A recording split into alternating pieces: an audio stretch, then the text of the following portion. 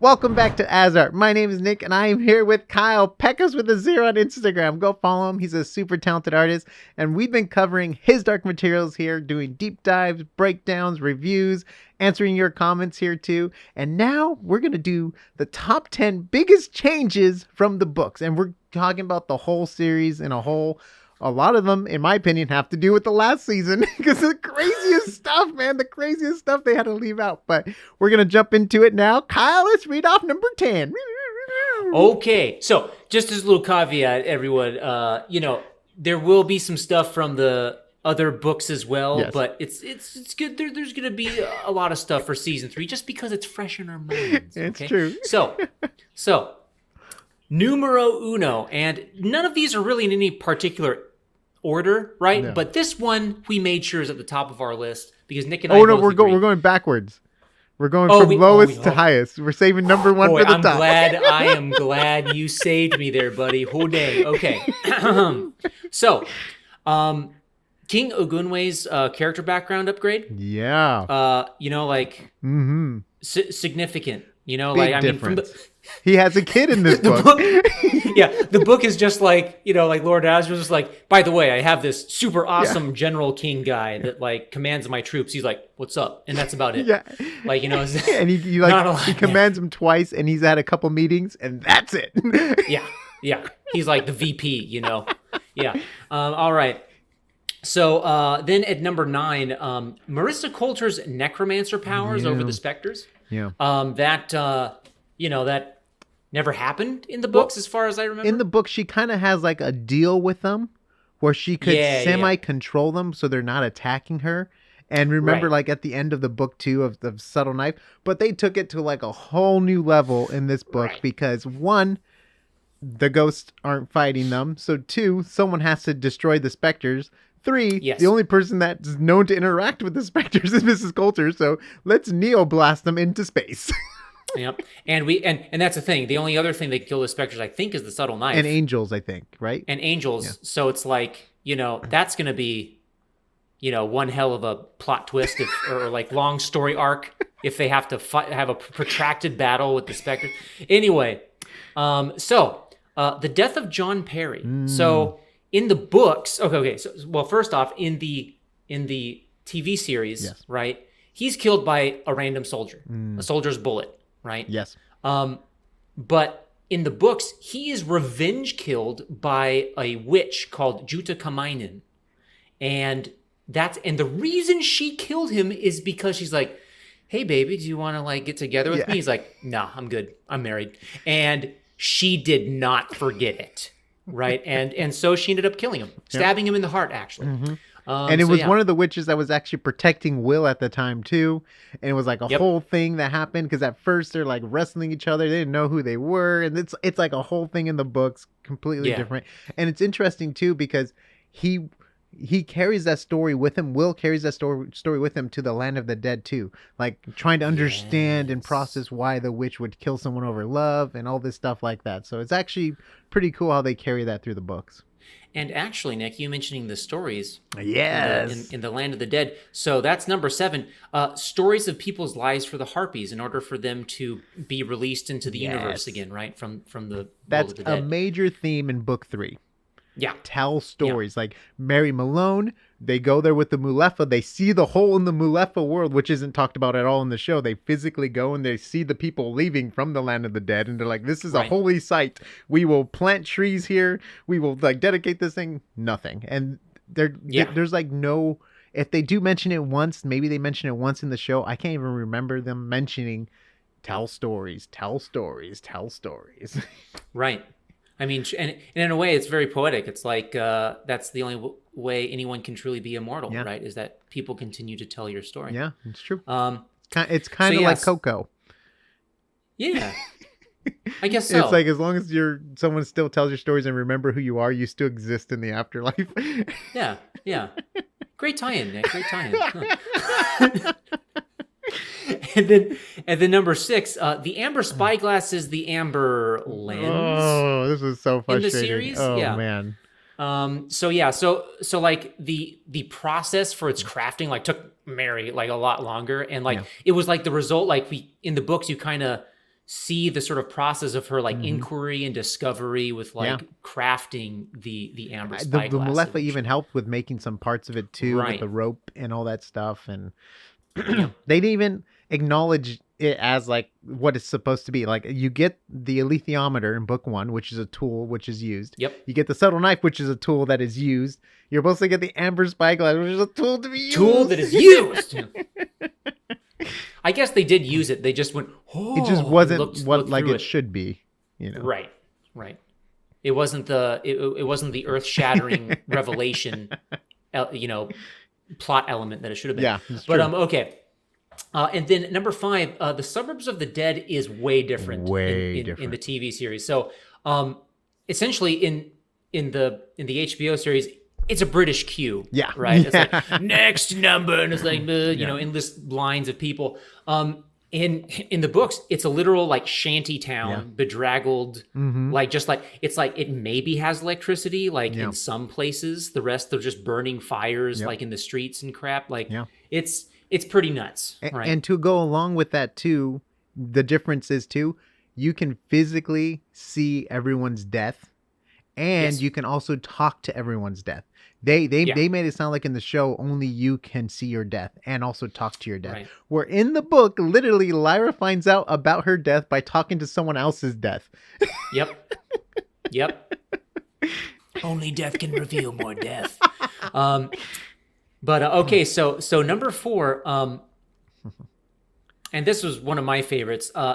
The show dialed back just how flippin' metal Yeah. Ioric Berneson is. So, in 2 instances. One, the consumption of Lee Scoresby, Yes. right? Like, in order to show respect for like Lee Scoresby, Ioric ritualistically eats Lee Scoresby's corpse. That's pretty nuts. That's and then pretty rocker. also the killing blow that kills Iofur Ragnarsson from Ioric is way more brutal. Yeah. Like they kind of gloss over it, they kind of obscure it in the show, Yeah. but like Ioric has one mighty paw because he's been fainting the whole time, right? Yeah. Acting like he's hurt, and then he comes up, and I think like he describes it like a tidal Knockout. wave. Yeah. Yeah, and just goes poof, and not completely rips out his lower jaw, and his tongue is lolling from his throat. Like when I was 12 years old reading that, I was like, "Oh!" Like it was nuts. Yeah. And it was crazy. even more, another thing that's left out of his metalness is not even fighting in the battle. He was nowhere to be That's seen right. in the battle, and he has a huge Nowhere. role where he's taking out dudes. He's carrying Lyra and Will on the back. He gets caught in a net. They have to get him out of the Yeah. net. Like, gone. That's right. Gone. He also brings some of the other, Panzerbjorn Yeah. with him. Yeah. Yeah. Number 3. So, Balthamos' struggle with Father Gomez is way different. Yeah. So this one is just like, I'm gonna crush you, a spider. I'm so glad he did that, by the way, though. Just as a side note, because that spider creeped me the hell Yeah. out, right? So yeah, and she It's had like- a it's really like Nobby. insidious voice. Yeah. Hey, listen. listen. Hey, listen. And so like in the books, I mean, it's really much more of a tense struggle. You don't know if Balthamos is going to win. He's like dying. I was, He's literally I was dying. Yeah, he's dying. He's just barely grasping onto reality, and he kills Father Gomez by just drowning him. Yeah. Mm-hmm. Like it's pretty nuts. Yeah. By the way, we did a whole Father Gomez video breakdown too. You can That's follow. right, Nick. Yeah, didn't you solo that, buddy? Huh? What's up? Didn't you solo that one? Didn't you? Oh yeah, do that yeah. yourself, the Father yes, Gomez? I know. I soloed it. Woo! I'm Just so like how proud of Father you, man. Gomez soloed, tried to kill Lyra. And then coming in at number 2, the incorporeal shape-shifting nature of angels. Yeah. So, all right, okay. So in the show, there's 2 forms, right, that we see. Yeah. We see their flight form, which is what we would consider their true form from the books, right? Yeah. That they're these translucent, hardly seen angels, right? That look like they're made out of gossamer glass or whatever. And but in the show, a lot of the times they're just like in their quote unquote physical form, Yeah. right? They have physical human forms that are easily seen. In the books, like you can hardly see them. You can best see them at twilight, right? And they can also shapeshift. I think Yeah. at one time, Balthamos pretended to be Will's demon. Yeah. Mm-hmm. Yeah. As a bird. So yeah, as a bird. So Yep. There's that. And now let's do some runner. Oh wait, no, I'm sorry. Are you going to continue on that before we do the runners up? Should we do number one before? Let's do some runners up. Okay. One of the runner ups, which didn't make the list, was the Angels making the bomb explode to create the riff. It wasn't the Angels that did it. It was what's his name? The father, or not the father, but the head dude with the salamander guy. I can't remember his name. Father President McPhail. Yes. Thank you. Remember, he's the one that commits the action for it to happen with the bomb. It wasn't like the authority intervening for it to happen, kind of thing. Yeah. So that was a major book change. Mm-hmm. I mean, another one. Obviously, it's not going to be like a runner-up, but there was a whole torture scene with an angel, which never happens. There's no torture scenes. That's right. They don't torture angels in the show. So that was another big. Well, wait a minute. Didn't Lord Asriel technically torture the angel in the chamber in the show, in the capsule? Well, I'm saying, but they didn't do that in the books. Like, that's different. Oh, yes. It's different. It's different from the books. This is just a minor one, but it really stuck in my head. On the intention craft, we didn't see the demons bite onto the leather strap when they were flying to the intent where they were going, which is just interesting because they would show the leather strap when he would create the portal, but not in the thing, which is fine. And then I can just imagine it was such a real world like decision. They're just like, all right, guys, look, we don't have the budget to make the animation where the demons bite or hold the leather strap. Like it's 0 hour. We're already in crunch mode. We can't do it. We're obviously being a little bit picky here, right? Yeah. Ruta Skadi dying through the hole did not happen in the book. Her death did not happen that way, which is a book change. Another book change is we don't get the Tulapi. It's the birds in the Mulefa world that Father Gomez would end up controlling to fly around on. So we didn't get the Tulapi, which is a huge thing. And then one other thing that we didn't get really, or it was there kind of in the show, but the order of how the Pan and Kivara meet up with Will and Lyra again. They're supposed to talk to the witch Serafina Pecula, and then they're supposed to be stuff with the angels.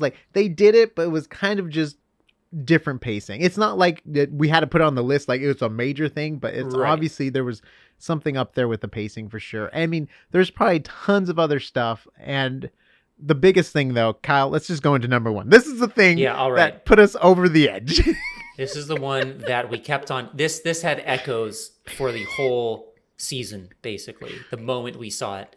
I'm calling this the Great Galavespian Retcon, because first off, they don't even have they don't even ride dragonflies like in the books. They have these stupid paper mache wings that somehow magically fold.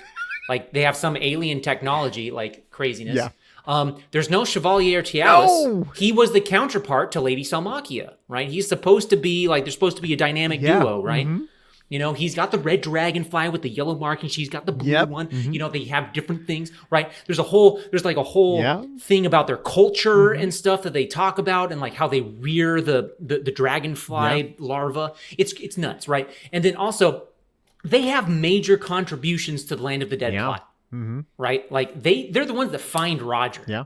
And then we also get for me, it was a very poignant scene in the book. Chevalier Tialis, doesn't he die? Yeah.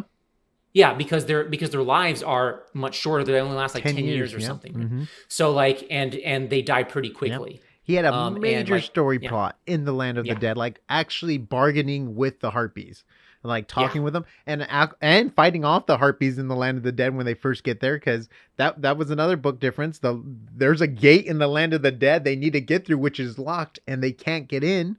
And they literally have to cut their way in and fight their way in with the Galavespian. So that just rippled effect too, because even choices that were made, there's some major choices that were made when Lyra actually decides she wants to meet her death. It happens when she's talking to the Galavespian. There's a conversation. It's not even with Will. She's having this intense depth moment. It's just crazy. And then he's freaking out, messaging Lord Asriel on his on his things she's going to the land. This is not good. There's just so many great moments with the Galavespians. By the way, We have a Gallivespian shirts the way they should be. The way they should be on AsArt.space with their dragonfly. Me and Kyle love the Gallivespian story. They have a huge part to play with the adventure with Will and Lyra. I mean, when it comes to the boat crossing, they also left part of their soul out there. Yep. It's so good. We highly recommend you guys read the books or do the audiobook. It's totally worth it. But comment down below things we missed, because we know we missed stuff. We 100% missed stuff, because there's stuff I mentioned in all the reviews that didn't even make it on this list. So we are fallible and we are human. Yes. So I mean, let us know. Please let how us know. fallible we are. Yeah, because there's even everything that went on with Will Perry. No, John Perry. His, Will's dad. There's so much that happened that was different there too. So comment down below, please, and go to Instagram. Light it up. And follow Kyle on Instagram, Pecos with a 0. He's a super talented artist. He did this list. He wrote it up and he organized it. So you guys thank him on his Instagram. He's a big contributor to AsArt. Go over there to his Instagram, Pecos with a 0. Say hi. Go to AsArt.space for audio, video links, and our cool shirts, which Kyle also designs. And we'll see you on the next AsArt.